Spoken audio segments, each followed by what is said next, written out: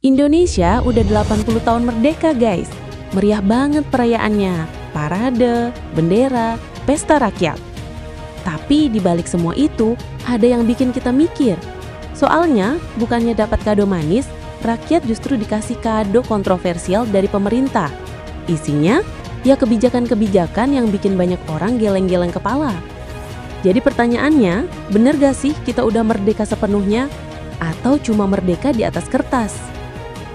Kali ini Reaksi Nusantara mengajak Anda menyimak citra kebijakan di balik HUT RI ke-80. Are you ready? Let's go! Kebenaran bukan milik penguasa, tapi milik siapapun yang berani bertanya. Kami tak punya pangkat, tapi punya suara. Dan inilah Reaksi Nusantara. Jadi gini teman-teman, kemarin itu Indonesian Data Journalism Network atau IDJN ngeluarin yang mereka sebut Kado Merdeka. Isinya ada 17 catatan kontroversial soal kebijakan pemerintah Prabowo Gibran. Kedengerannya kayak laporan serius banget, tapi kalau kita lihat satu-satu, banyak yang bikin kita mikir, ini beneran kebijakan atau cuma bikin sensasi doang? Pertama, soal gaji DPR sampai 3 juta per hari. Meski katanya udah dibantah, tapi keburu rame di masyarakat. Wajar dong, rakyat yang kerja keras tiap hari, UMR aja masih pas-pasan. Terus lihat kabar wakil rakyat digaji segede itu. Rasanya kayak, kok jauh banget ya realitas sama elit. Lanjut, ada juga pajak bumi dan bangunan atau PBBP2 yang naik gila-gilaan. Bahkan tembus 775% di beberapa daerah. Kebayang nggak? Rumah yang tadinya tenang-tenang aja, tiba-tiba pajaknya melonjak kayak roket. Rakyat kecil pasti langsung ngerasa, bukan cuma angka di kertas, tapi beban nyata di dompet. Belum selesai di situ, pemerintah juga sempat dorong aturan larangan jual LPG 3 kilo eceran. Bayangin, kalau itu beneran jalan, rakyat kecil mau masak apa? Kan yang paling bergantung sama gas melon ini justru warga menengah bawah. Terus ada lagi, cerita soal tambang nikel di Raja Ampat. Tempat yang kita tahu indah banget, surganya pariwisata, sekarang malah mau dieksploitasi. Pertanyaannya mau dikejar cuan jangka pendek atau jaga alam buat jangka panjang? Nah, yang paling nyeleneh menurut banyak orang adalah soal rumah subsidi 18 meter persegi.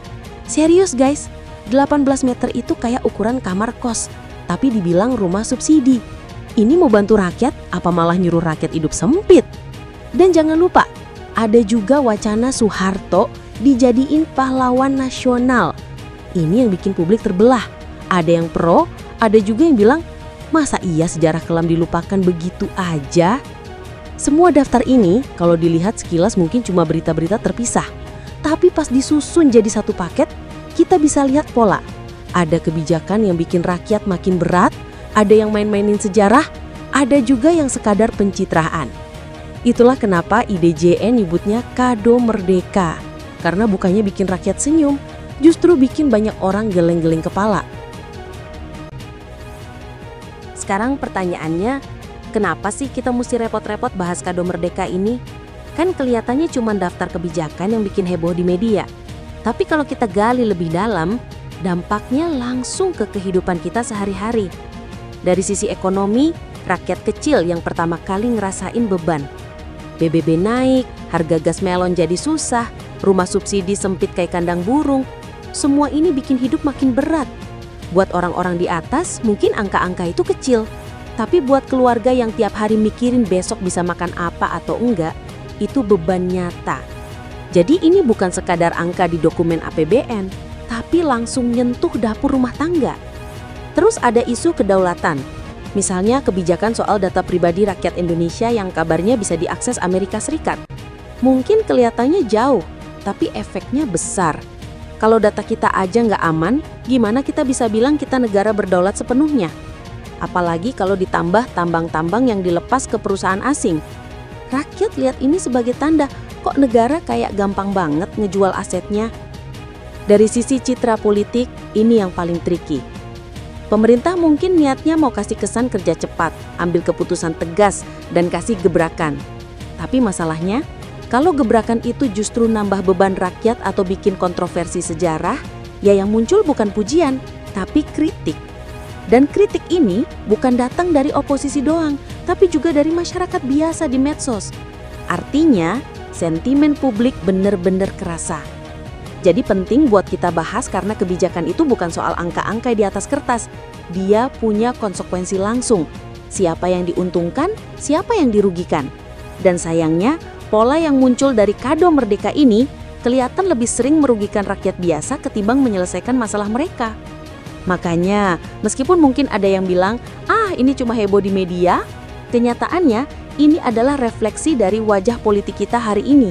Dan wajah itu, kalau nggak dikritisi, bisa jadi kita akan terus dikasih kado-kado lain yang nggak pernah kita minta. Kalau dipikir-pikir, daftar kado merdeka ini bukan cuma soal teknis kebijakan, lebih dari itu, dia nyentuh makna sosial dan politik yang jauh lebih dalam. Secara sosial, rakyat kayak dikasih pesan, kalian harus terima apa adanya. Kayak soal rumah subsidi 18 meter misalnya. Itu bukan sekadar rumah kecil, tapi simbol gimana standar hidup rakyat seolah-olah bisa ditekan semurah-murahnya. Padahal, kalau kita bicara kemerdekaan, mestinya rakyat diberi ruang buat hidup layak, bukan dipaksa puas dengan yang seadanya.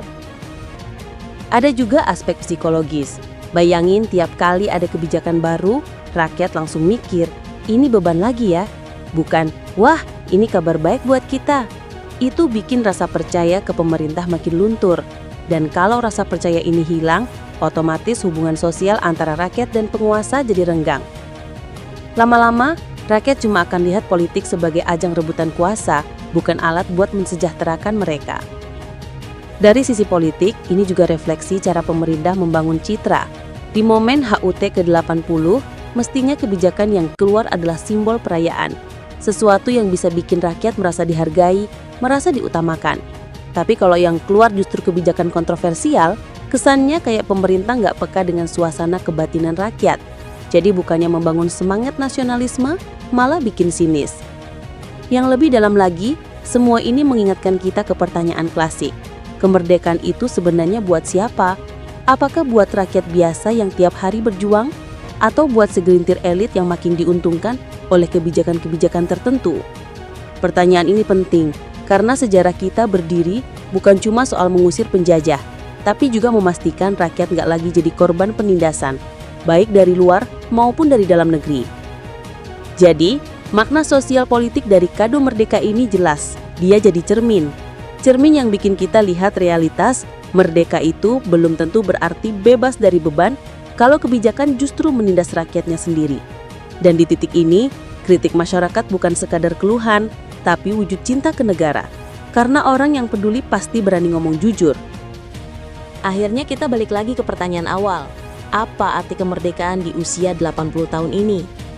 Kalau kita lihat dari kado merdeka yang penuh kontroversi, jawabannya jelas. Merdeka itu belum selesai. Merdeka dari penjajah udah? Iya. Tapi merdeka dari kebijakan yang nyusahin rakyat. Dari kepentingan elit yang kadang lebih kuat daripada suara rakyat. Itu masih jadi PR besar. Dan disinilah peran kita sebagai warga negara. Jangan cuma diam. Jangan nunggu semua berubah dengan sendirinya. Karena sejarah nunjukin, setiap perubahan besar di negeri ini lahir dari rakyat yang berani bersuara. Dari rakyat yang berani bilang, ini nggak adil, atau kebijakan ini harus dikoreksi. Apalagi sekarang, di era digital, suara kita bisa cepet banget sampai ke atas. Media sosial jadi alat kontrol publik paling efektif.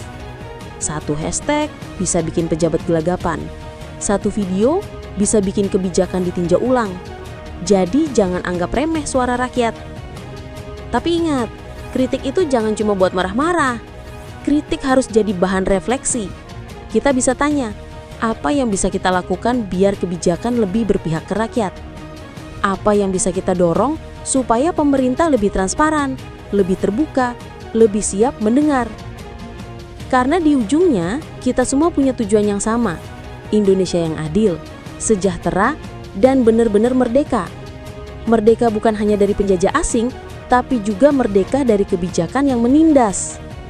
Jadi di HUT ke-80 ini, mari kita rayakan kemerdekaan bukan cuma dengan upacara atau parade, tapi juga dengan kesadaran politik.